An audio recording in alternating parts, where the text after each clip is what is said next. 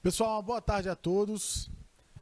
Essa é mais uma ação da nossa CIPAT, né? Essa semana que a gente dedica a rever alguns conceitos e rever algumas estratégias para que a gente torne nosso ambiente de trabalho mais seguro e mais agradável a todos nós.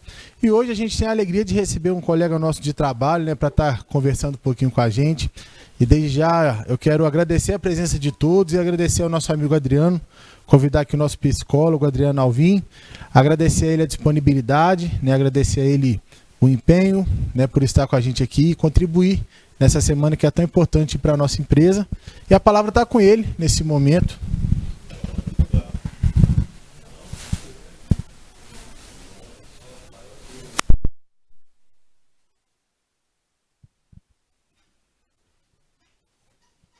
Boa tarde a todos e a todas presentes aqui nessa tarde. Vou tentar, ao mesmo tempo, ser sucinto na palestra, bem sucinto, e também não correr demais, né?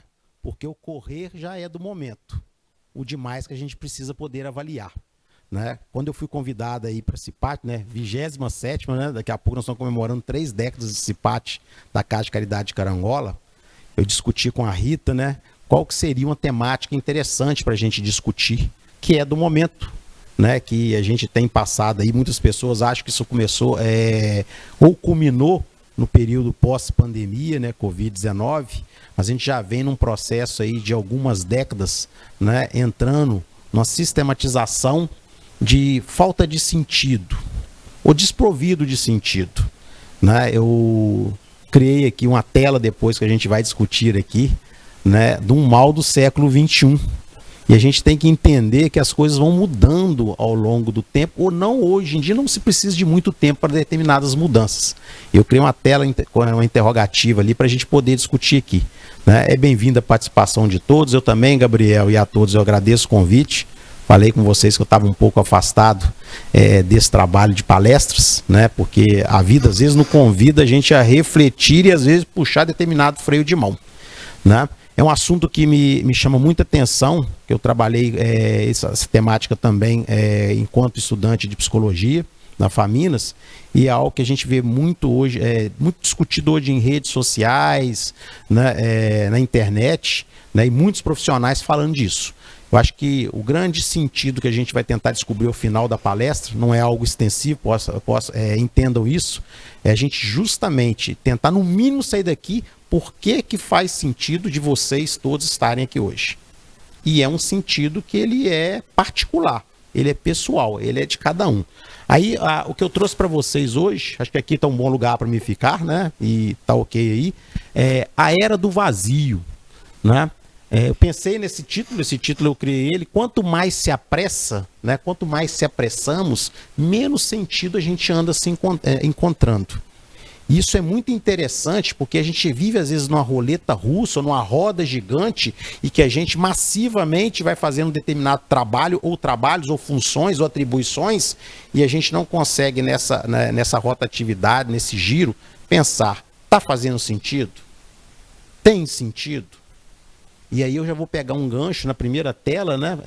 Que semana passada, na nossa capacitação, houve uma discussão não acalorosa de certos setores da casa que precisam ser avaliados, investigados, né? A gente poderia discutir aqui questões até de cunho crônico, que é comum às instituições, né? Não existe só doença crônica das pessoas, né? Biológica, fisiológica, mas a questão crônica. E eu fiquei suscitando aqui atrás, que eu estava participando, né? Que era justamente parte da temática da minha palestra, que eu vou discutir durante da nossa palestra aqui. Será que o atendimento de certos setores da nossa instituição está lento demais? Está dentro da normalidade? Ou se prega que deveria ser muito mais acelerado? Será que a gente não teria que se apressar mais? E se apressar mais, será que a gente encontraria sentido nos setores que nós trabalhamos? Ou daquele setor que foi discutido não calorosamente aqui no dia, e eu fiquei maquinando isso, né? A gente, enquanto profissional de psicologia, então está sempre, quando calado, maquinando alguma coisa para ver se a gente tira algum fruto disso. Então, a gente passando para a nossa primeira tela, né? eu peço licença aí ao escrito de Shakespeare Hamlet, né, e falo, né, e coloco assim uma interrogativa: correr ou não correr? Eis a questão. Ser ou não ser, saber ou não saber, isso vai mudando. Hoje em dia está muito comum a gente ter que parar para pensar, e aí eu falo, parar para pensar? Não. A gente corre pensando, vamos continuar correndo e pensando, se é que correndo a gente consegue pensar algo. E a gente tem que pensar assim, correr ou não correr, essa é a questão. Eu trouxe hoje uma palestra, como eu tive um bom tempo afastado, eu quis trazer uma palestra muito comunicativa em termos de figuras, né? Como se a gente estivesse aqui no momento mais lúdico, de jardim da infância, de recreio que nós já vivemos, e naquele momento de recreio, de jardim da infância, a gente criava, a gente construía, a gente criava experiências, nós fazíamos amigos, né? Então eu coloquei, porque nesse período da pré-história, na era mesozoica, né? O homenzinho da caverna ali, né, ele corria muito também, porque ele caçava para sobreviver, ele precisava de proteína para gerar energia, ele coletava os frutos também, mas ele era a caça, né? O Tiranossauro Rex, deve ser um Rex, né? Não sei se era verde naquela época, mas é uma figura, né? Ele caçava, ele corria atrás também do homem pré-histórico, e ele precisava correr para sobreviver. Mas se passar 250 milhões de anos, 300 milhões de anos dessa era, e parece que nós estamos ali muito perto da boca do Tiranossauro Rex hoje. Precisamos continuar correndo, ou correr até mais do que o cidadão que tenta ser sobrevivente ali. Então vem uma interrogativa que a gente precisa parar para pensar. Correr ou não correr? Eu estou correndo demais? Eu estou sendo exigido demais? Ou eu estou me colocando a querer correr demais? Nós temos profissionais, seja de qualquer instituição aqui, que às vezes ele não é nem cobrado em demasia. Mas as pessoas às vezes vestem determinada camisa em excesso, demasiadamente, que ele corre. Eu tive colegas de trabalho que trabalhavam de segunda a sexta, não só trabalho nessa instituição, que ele ia sábado fazer o serviço, ou ele levava o serviço para casa e passava o final de semana trabalhando. Eis a questão, correr ou não correr. Eu tenho que avaliar o que eu estou fazendo, o tanto que eu estou correndo, né? Então é importante a gente avaliar isso aí. Nessa sequência, né, eu lembro enquanto eu era estudante de psicologia, né, que a gente sabia que parecia que o mercado não ia faltar para a gente, né, Valéria? Porque a depressão, né, era a doença do século XXI. Já dentro do século XXI, antes de pandemia, a gente sabia que a doença do século XXI era de ordem mental, de saúde mental, né? Tamanha depreciação que a gente estava vivendo nesse determinado momento. Então eu coloquei ali, seria depressão, mas aí veio a pandemia para nós no final no início do ano 2020, ela foi detectada, denominada Covid-19, e aí nós tivemos depois, a gente que trabalha de saúde, quando eu falo com colegas de trabalho de saúde, eu estou envolvendo todos vocês. A área de saúde não é só quem põe a mão no paciente, é todos nós que somos envolvidos, administrativo, limpeza, tudo, nós somos todos colegas de saúde.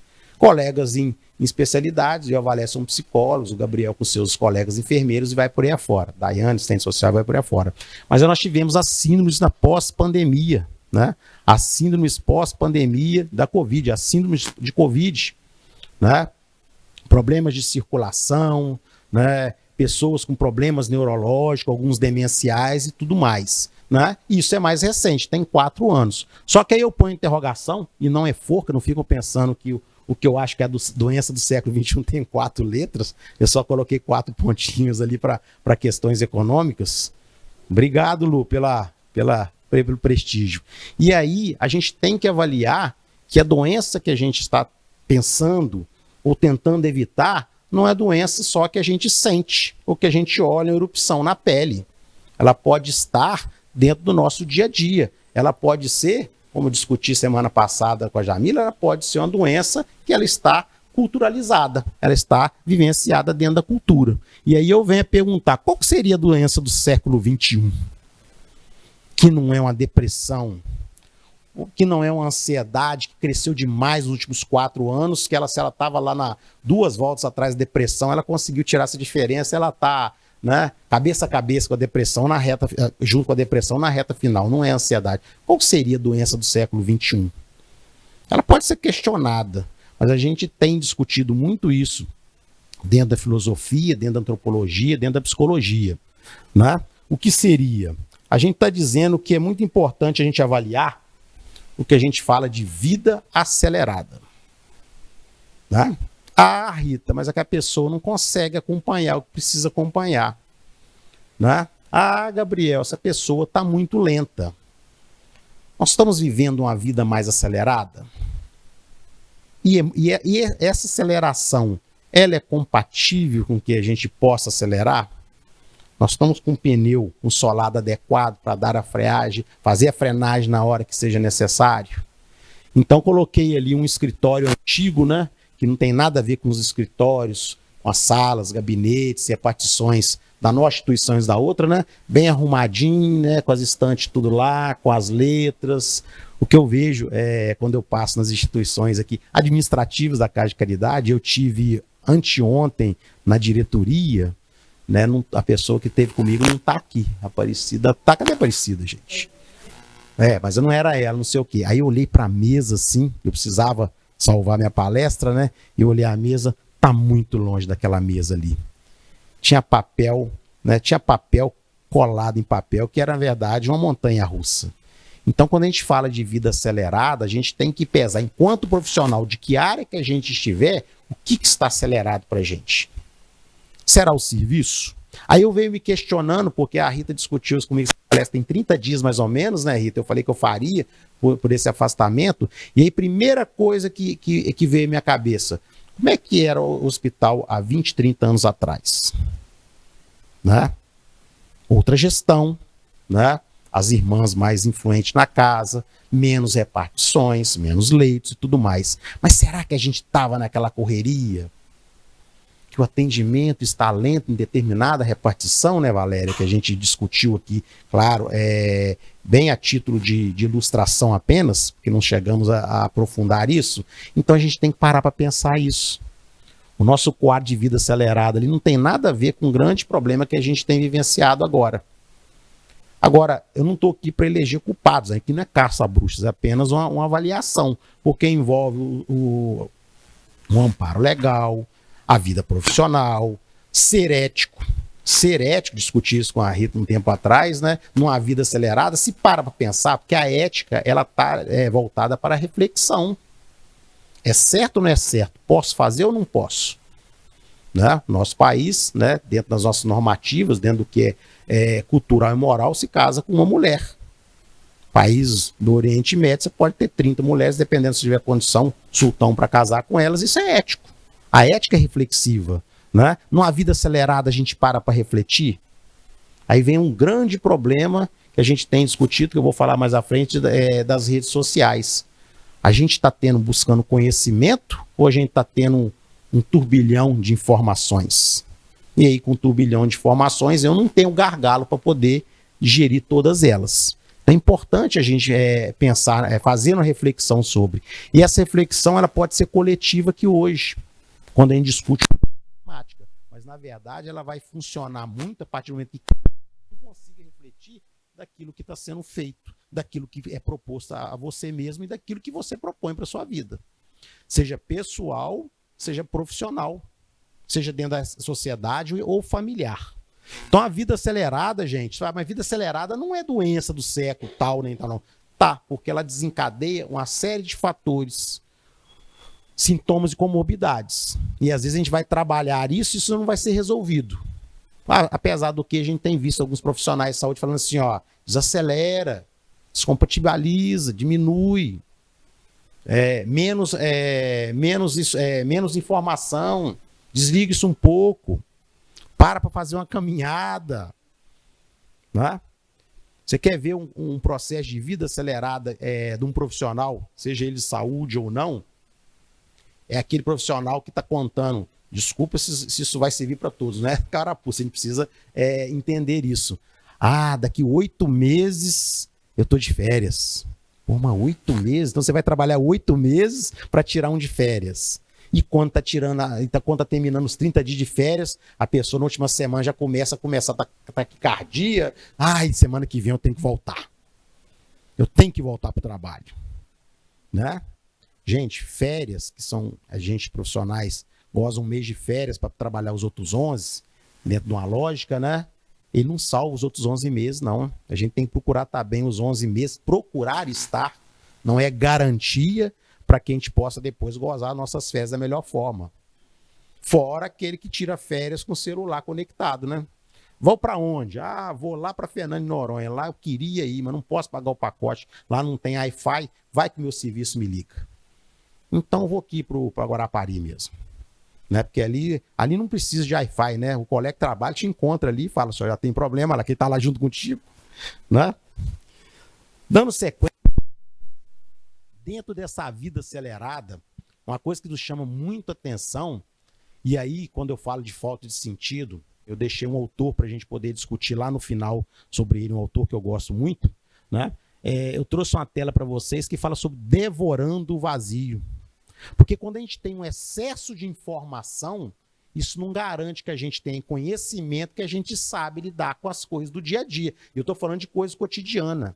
Nós não estamos falando de astronomia aqui, nem de guerra nuclear. Isso não está ao nosso alcance. Estou falando da vida cotidiana. E quando a gente tem muita informação, vem tanta informação e a gente vai só igual um arquivo, arquivando, e entenda o cérebro da gente como um HD muito pequeno e defeituoso, né, que não dá para guardar tudo, a gente vai tendo informação e a gente não vai tendo espaço para ter criticidade, para a gente refletir daquilo que deveria ser, que é o gerador, a gente chama que é conhecimento.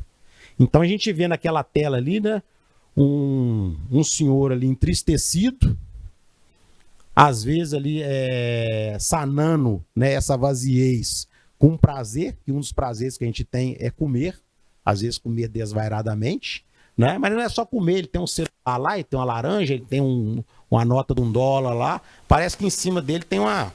Eu não consegui detectar muito bem, parece que é uma fada madrinha, alguma coisa assim, que tá tipo assim, né? Daqui a pouco eu realizo o seu desejo, eu vou te aumentar a sua vaziez. Eu vou continuar fazendo com que você devore o seu vazio. E às vezes a gente tem, dentro do trabalho que a gente executa, uma profissão, a gente mal sabe o sentido que a gente está ali. A gente sabe que existe profissional. Precisa do enfermeiro, do técnico administrativo, da higienização, do assistente social, fisioterapeuta, nutricionista, então vai por aí afora. Né? Mas qual que é a verdadeira função enquanto profissional que você possa fazer para o outro e satisfazer dessa profissão? Uma das melhores coisas que a gente possa usufruir de uma profissão é você satisfazer a dela. Até porque a gente sabe que no mundo capitalista, essa satisfação financeira, daquela mão direita lá de cima, lá mais de cima, a gente nunca vai estar saciado. A gente sempre acha que o outro ganha mais do que a gente. A gente sempre acha que a gente deveria ganhar mais do que a gente está ganhando hoje, que a gente é merecedor demais. E não é assim diferente com profissão, instituição nenhuma. Todas, né, tramitam dessa forma. Mas é dentro dessa vaziez, desse devorar o vazio, que esse homem ou essa mulher, né, esse indivíduo, ele está perdido hoje. Que a cultura está levando isso. Né? O maior mal está para vir aí ainda. Né? Perfeito. O que acontece? Algumas características dessa era. Um tempo atrás a gente falava de vida moderna, nós estamos na modernidade, diferente da expressão cultural modernismo. Né? Depois nós vemos na pós-modernidade. A Rita colocou um copo de água comigo aqui, ela contrariou a pós-modernidade. A pós-modernidade, dentro da era do vazio, que veio um pouco depois, a era do descartável. Eu esperava um copo descartável. Nós começamos a comprar copos descartáveis para festas, não sei o quê. Antigamente tinha um copo descartável, mas... muito antigamente, né? Acho que ninguém aqui viu isso antigamente. Um copo descartável coloridinho, que você lavava ele e guardava ele para a próxima festa. Descartável. Né? Ele é mais grossinho. Hoje o copo descartável é para descartar. Quando a gente começou a descartar copos, a gente abriu a possibilidade da gente descartar tudo. Então hoje você descarta o carro, que ele tem mais plástico do que lataria.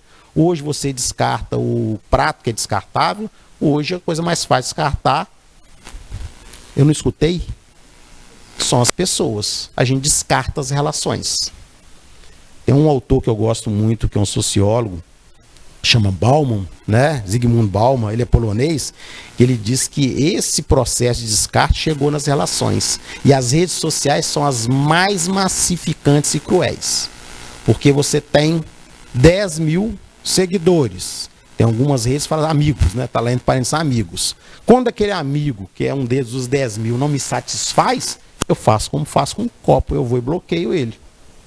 E a gente que vive uma era, que veio de uma era anterior, da não descartabilidade, e nós estamos sofrendo esse processo, nós somos praticamente da mesma geração, né? Uma geração anterior, uma depois, a gente tem essa dificuldade, porque amigo é aquele que é amigo mesmo. E o amigo, quando ele precisa do amigo, ele está no momento ruim, porque quando está no momento bom, ele está curtindo lá e vice-versa. Você está curtindo aqui, eu procuro os amigos quando o caldo está entornando. E na era de hoje, né? Se não é amigo igual era antigamente, né? É copo no lixo. Descarta e aí você se vira. Nós estamos vivendo, todo mundo conectado, mas todo mundo, às vezes, numa grande solidão.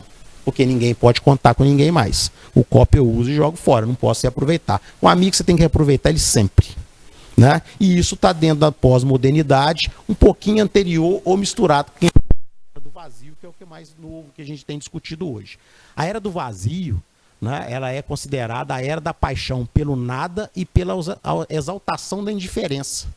Ser indiferente para com o outro. Seja no trabalho, seja na nossa rua, seja em qualquer outro lugar.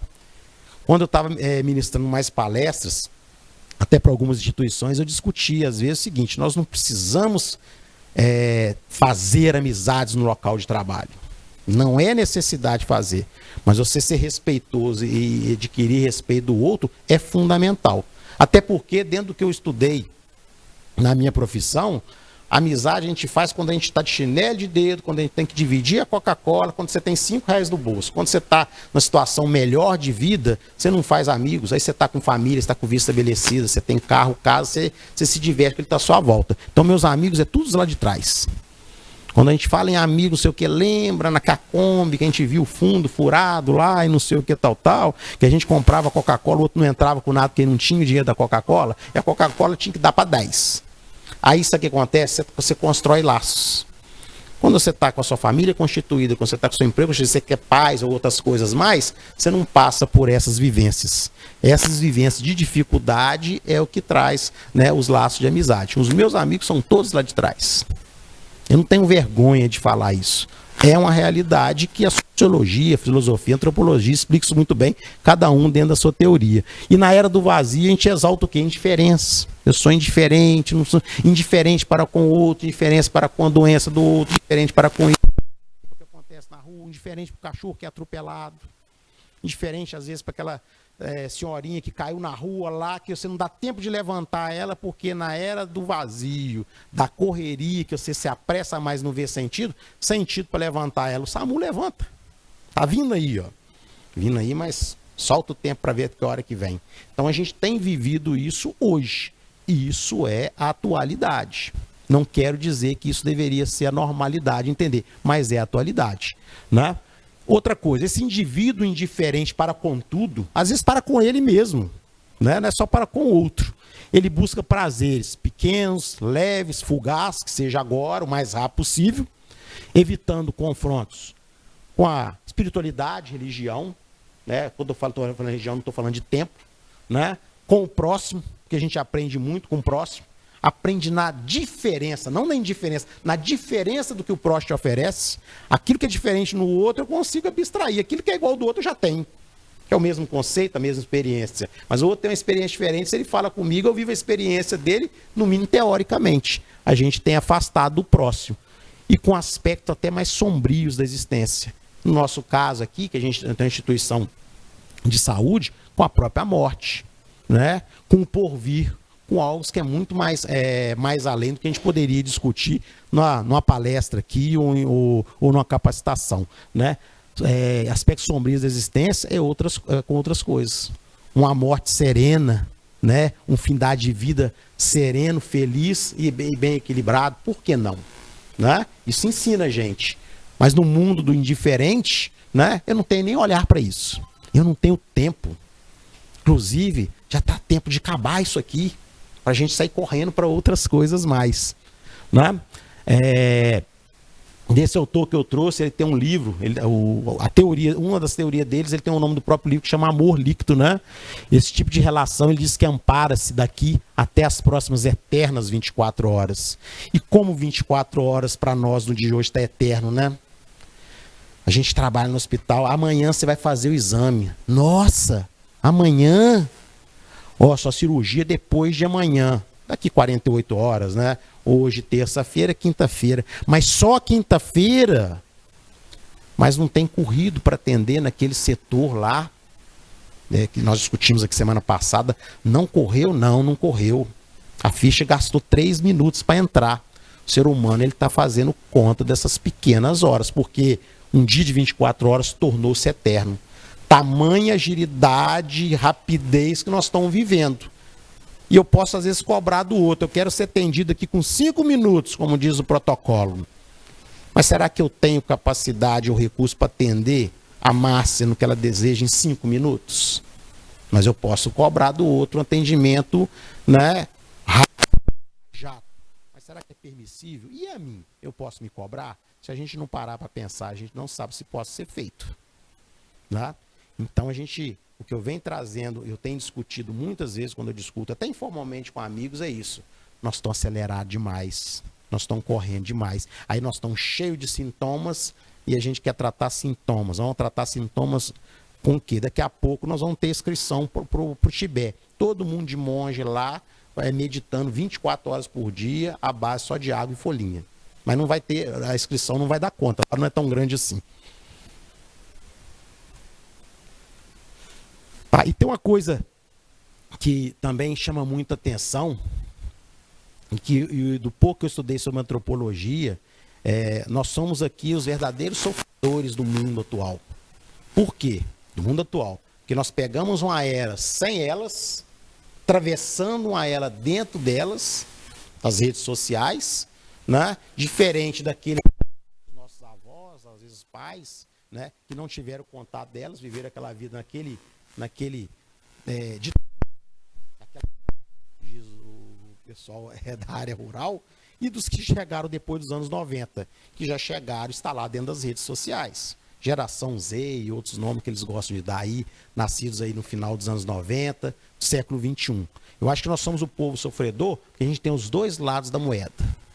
E aí, os dois lados da moeda, nós já vivemos um e tivemos que adaptar o outro. Quem hoje não tem uma rede social? Quem hoje não faz uso de tecnologia para poder tornar a vida mais fácil? O que quer dizer que mais fácil, né, não esteja também mais acelerado. E aí eu parafraseio aí, como se tivesse o Freud no divã ali, discutindo com um paciente, né, paciente do século XXI. Freud foi do século XX, né, do 19 para o 20, e ele fala assim: eu passo a maior parte do meu tempo livre, online, possuo diversas redes sociais, né? Ele será assim, ou são as suas redes sociais que te possuem? Eu acho que um grande problema atual hoje é o que a gente está vivendo, é o que Anthony Giddens, um sociólogo inglês, tem um livro que fala assim, As Consequências da Modernidade, é o título do livro dele. A gente vive local. Ninguém aqui vai parar guerra nenhuma. Ninguém aqui vai mudar do que vai acontecer a 100 quilômetros aqui, 85, que é Muriaé. Mas a gente está envolvido com a guerra, o que acontece em Muriaé. Então, Antônio Guiz dizia, a gente pensa global, com essa globalização, sofre globalmente o que acontece lá, porque as ruindades estão por aí afora, o que é negativo está aí, mas a gente só consegue resolver localmente.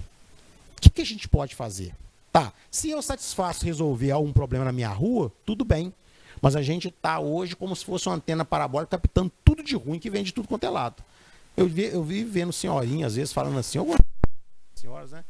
Eu não ligo naquele dito canal aquela hora, porque ela só passa desgraça. E passa, né? De São Paulo, Rio de Janeiro, não sei o quê. Eu não quero vivenciar isso. É uma forma de você não estar dentro da rede social naquilo que te possa se tornar negativo para a sua vida. Né? Eu acho que a rede social, a tecnologia, para a gente expandir mais, ela veio para nos auxiliar. Desde que você pare, reflita e faça um filtro do que é necessário. Nós não tivemos aí, semana passada, um casal famoso que separou por motivo de traições e outras coisas mais, né? Não sei, eu garanto que no Carangola, com 33 mil habitantes, no mínimo alguém fez um comentário na rede social, no mínimo um, né? No mínimo um, eu aposto no meu diploma, para não falar, para não colocar dois e errar, um colocou. O que esse um de Carangola tem a ver com isso? Né?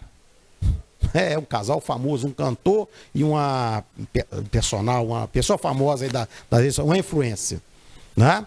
Isso tocou de ponta a ponta. Eu nem entro aqui no mérito se é certo o que um fez, o que o outro fez, se o comentário é não sei o que tal. Porque o ser humano já nasce para comentar a vida alheia, né? Freud foi muito feliz quando a evolução do homem lá da pré-história, a gente saiu dos 4 pés, aonde a gente andava de 4 pés, né? Igual um macaco, e a gente tinha nosso maior sensor, o olfato. Quando nós conseguimos arquear a nossa coluna e ficamos de 2 pés, o nosso olfato perdeu parte da potencialidade dele, e o que ficou, que sobressaiu, tem um sentido? A visão. Então a gente vê tudo. E quem vê, comenta. Então a gente vê tudo e mais um pouco. Essa é uma evolução do ser humano que Freud fala isso. Então a gente vê e comenta. Né? O que eu tenho a ver com o casal, acho que é de São Paulo, Rio, São Paulo, não sei o quê, do problema de separação deles. Né? E a mídia aproveita e faz o escarcéu em cima disso. Então a rede social, ela tem esse poder, eu posso dizer até que é magnífico, de te colocar onde queiram te colocar. E aí vem a grande, se a gente volta lá na primeira tela, faz sentido eu falar que está certo A ou B numa separação que não pertence nem à minha família? Ou então não são nem meus amigos? Né? Mas a gente envolve, a gente está lá dentro. O ser humano, ele é sequestrado para isso. E outra coisa, dá ibope, dá número, dá likes e dá dinheiro. Porque por detrás disso tem um tratado mercadológico muito, muito grande.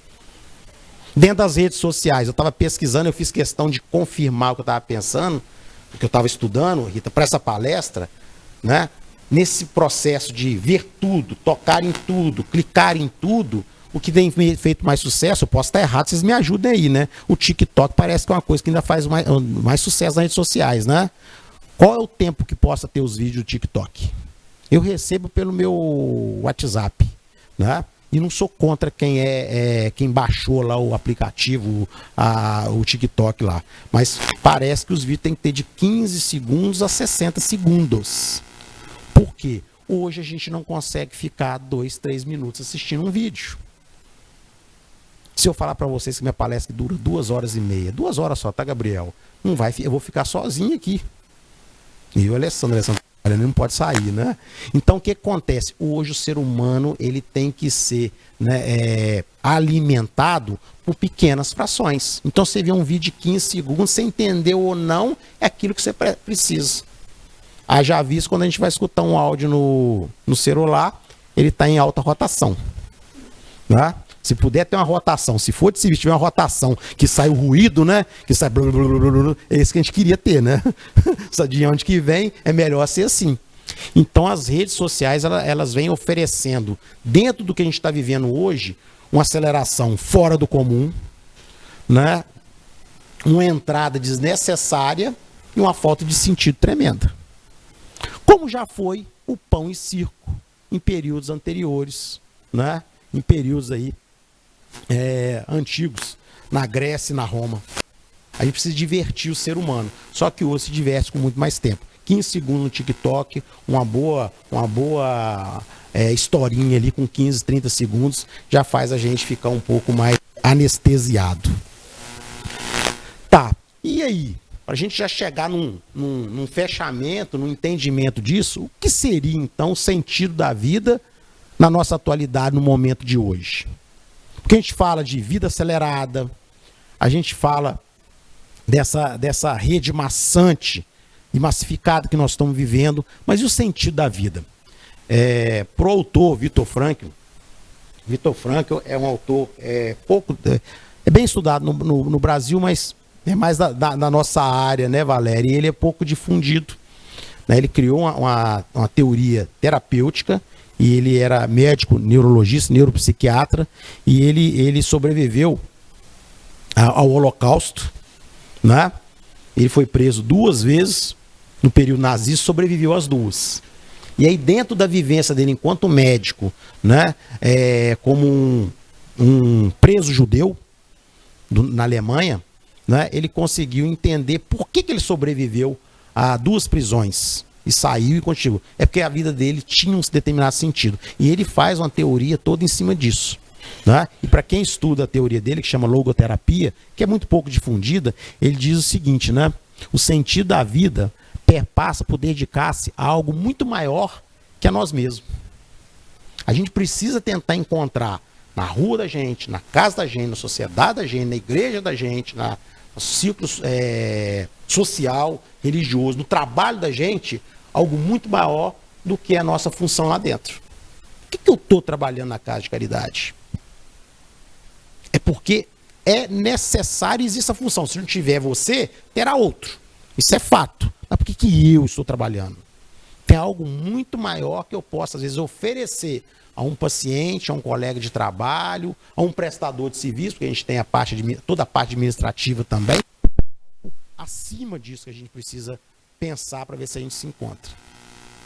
E o outro que estará no nosso lugar, porque aqui não há de infinito para nenhum pessoa na Terra, nós estamos aqui de carona de passagem, né? O que virá, os próximos que virão, também tem que pensar nisso. O que é acima de mim mesmo que eu estou fazendo aqui? No nosso caso, aqui a gente está discutindo porque nós estamos dentro da CIPAT, dentro da instituição que é a Casa de Caridade, a instituição centenária, mas isso serve para qualquer lugar, qualquer esfera da vida da gente. Até enquanto família, principalmente enquanto família. E Frankl, dentro da teoria dele, ele fala que existe 3 possibilidades que a gente precisa encontrar sentido na nossa vida, né? Ele diz o seguinte: criando um trabalho ou praticando um ato, que são os valores de criação. Quando eu falo isso, a gente está falando até de profissionalismo mesmo, mas algo que vai além do profissionalismo. Por que eu estou nessa instituição? Por que eu sou merecedor de estar aqui? A quem eu posso estar com determinada função diária ajudando, né? Isso ele fala que a vida profissional é um pouco até diferente do que Karl Marx diz. Karl Marx diz que ele diferencia de qualquer outros animais porque a gente encontrou o trabalho. E o trabalho nos dá N possibilidades. Dá mesmo. De comprar o carro, a tão sonhada casa própria, a viagem dos sonhos, né? Ou a boa escola para o filho, coisa que às vezes os pais com dificuldade não conseguiram nos dar, né? Frankl vai muito além, até porque ele vem bem depois, né? Ele vem dizendo isso. Existe um sentido maior da gente estar trabalhando, né? E aí vale a pena, o que eu estou oferecendo aonde eu trabalho? Né? Tem muitos lugares que eles atrasam o meu trabalho, então eu também não faço o meu serviço direito. Né? Eu sou da rede pública também há muito tempo, a gente escuta muito isso, na área de educação a gente escuta, né? O Estado finge que me paga, e eu finge que eu trabalho, né? Qual o sentido disso? O que é ruim para mim, eu passo a ruindade à frente. Eu vejo só dessa forma. O que muitos, quando falam isso, né, que eu já escutei isso, não fazem isso. Às vezes falam isso e na hora lá, eles estão dando suor, sangue na função que faça, mesmo não tendo a retribuição que deveria ser. Né? Não vou entrar nesse mérito. A segunda coisa, ele diz que é experimentando algo ou encontrando alguém, são os valores de vivência. Encontrando alguém ou vivenciando algo, ele fala de constituir família. Ou quando encontrar algo ou alguém, não necessariamente que esse alguém você precisa constituir família, tem que ter 3, 4 filhos. Né? O que está muito em modismo hoje, não é tema para aqui, né? Dos governos que a gente tem vivenciando e vivido aí, né? Hoje, quanto mais filho, melhor. Né? É um pouco contrário de outros países aí. Né? Essa é a lógica. Mas encontrando alguém, porque às vezes a gente tem que ser para alguém fora do trabalho e alguém ser para a gente, e a família explica muito bem isso aí. Você se dedicar aos membros da família. E para ir família, eu não estou falando de família nuclear, não. Marido, mulher e filho. É todo tipo de família. Né? Pode ser aquela tia, né, que ajuda o sobrinho no momento que ele já não tem um familiar. Talvez aquela avó que cuida do neto quando não se tem os pais daquele neto. Né? Abro aqui uma adenda aqui, né? Nós psicólogos batemos na frente de vô criando um neto quando você tem pais, né? Eu tenho um monte de avós e vós onde eu trabalhei que eles não gostam de mim, não. houvesse inquisição, estava queimado, né? Mas é quem tem criado os colocou no mundo, até porque os avós devem ter criado muito bem os filhos, né, naquela dificuldade tempos outrora. E para terceiro, para a gente fechar, é pela atitude que tomamos em relação ao sofrimento inevitável de aceitação. Esse é muito pessoal de Franco, porque ele sofreu muito, vivendo no Holocausto, médico judeu sobreviveu a 2 prisões, 2 campos de concentração, né? Ele conseguiu tirar do sofrimento dele, que era inevitável naquele momento que ele vivia, um sentido de aceitação da vida dele. E nós aqui, se a gente pudesse para levar isso para o século XXI, o que retrata muito bem isso aí, uma doença crônica, a morte, para a gente não estender muito desse assunto. Né? Em tentar compreender da vida é um sofrimento inevitável de aceitação. Eu, enquanto psicólogo da Casa de Caridade, né, e eu me dediquei a me especializar também em psicologia hospitalar, eu utilizo muito disso aqui quando a gente vai vivenciar uns momentos mais difíceis da minha profissão aqui na Casa de Caridade, quando você vai falar para o outro, internado, acidentado, né, que uma pessoa faleceu, que ele não saiba, que não sei o que tal. Vem a reflexão do sofrimento inevitável de aceitação. Será que o outro foi, né, faleceu? Porque se você falecesse e ele ficasse, porque muita questão é isso, por que ele foi e eu não fui? Porque se ele que ficou, que foi e ficasse, você fosse, ele não aguentasse. Então ele foi porque você talvez aguentaria. Você vai reerguer a sua vida e vai se direcionar. Então isso é um sofrimento inevitável de aceitação. Apesar que é difícil para muitas pessoas, para todo mundo, perder um ente querido. Né? Então a teoria de Franco, de sentido da vida, a logoterapia, que é sentido de vida, a gente pode trabalhar isso tanto na situação difícil de findar da vida, como em qualquer outra situação da nossa vida. Com um colega de trabalho, com um colega de igreja, com alguém da nossa rua, né? Com alguém que às vezes não nos conhece, mas não é indiferente, não precisa nos querer bem, apenas não nos conhece. E aí, pessoal, para a gente chegar depois, eu queria num segundo momento, se tivesse que discutir algum tema com vocês, né? Eu queria, a gente já chegando ao findar, eu acho que o que foi proposto, né, Rita, até para a gente não estender muito, mas sem pressa, é claro, né? Eu tenho um outro compromisso profissional depois daqui, mas dentro de uma correria que ela é aceitável para a gente não ter tropeço, né? Eu queria só terminar uma frase com vocês, porque na verdade o Schopenhauer, ele diz que a vida é uma constante oscilação entre a ânsia de ter e o tédio de possuir. Na vida acelerada que nós estamos, nessa rede social onde a gente quer colocar a mão em tudo, ou querer bisbilhotar ou dar opinião sobre tudo, essa frase dele aí de mais de 100 anos diz que a gente às vezes quer ter muitas coisas, né? E o ser humano não encontra sentido em ter muitas coisas. Porque às vezes quando você tem muito, né, a gente entra num tédio de possuir. Às vezes eu quero ter 3, 4 carros. Às vezes eu preciso de 2, mas eu quero ter 3, 4 carros. Depois você está com tédio de ter 4, você não consegue vender 2, você precisa só de 2, você entra em tédio de tanto possuir. E o mundo moderno hoje, né, nesse momento que a gente está vivendo de vida acelerada, você olha para tudo quanto é lado, é outdoor, é propaganda, né, é os algoritmos que te chegam ali, se você clica lá para comprar lá uma ração de cachorro, né, para comprar na internet, depois vem um monte de propaganda no seu Instagram lá de cachorro, adota cachorro, compra cachorro, não sei o quê. É os algoritmos, né, Alex? Você que entende isso muito bem. Então a gente precisa, às vezes, refletir sobre isso. Será que a gente está precisando de tudo isso mesmo? E será que tudo isso que eu tenho é necessário para a minha vida? Ou disso tudo que eu estou possuindo faz sentido? Eu não estou querendo criar aqui uma vida minimalista, não, que a gente não precisa ter nada, não. Vamos todo mundo virar hippie. Amanhã ninguém vem trabalhar. Porque alguns aqui trabalham amanhã, né? Ou quinta-feira. Nada disso. A gente precisa refletir se aquilo que a gente tem, se aquilo que a gente está conquistando, se aquilo que a gente está caminhando, isso está ligado entre o sentido. Ou isso é uma ânsia apenas de ter. E se eu ter, eu vou entrar em tédio? O tédio, tantas vezes, tédio, né, vai gerar uma comodidade. Pode até entrar em depressão. Ou a gente vai discutir aqui que depressão é doença de pobre aqui que não tem nada, descamisado. Tem muita gente com uma condição muito boa de ter tudo e está em depressão porque entrou nessa amargura teórica de Schopenhauer. Né? Eu tenho, mas não faz sentido ter. E se a gente não tem sentido da vida, né? Aonde a gente vai? a gente vai encontrar as comorbidades, as patologias ali na frente. Nessa vida acelerada, nesse mundo sem sentido. É isso que eu gostaria de trazer para hoje para vocês, nessa 27ª CIPAT, na minha colaboração, e agradecer a disponibilidade de todos vocês, de alguns saírem do trabalho, vão ter que voltar para lá e dar sequência. Uma boa tarde para todos e amanhã um bom feriado.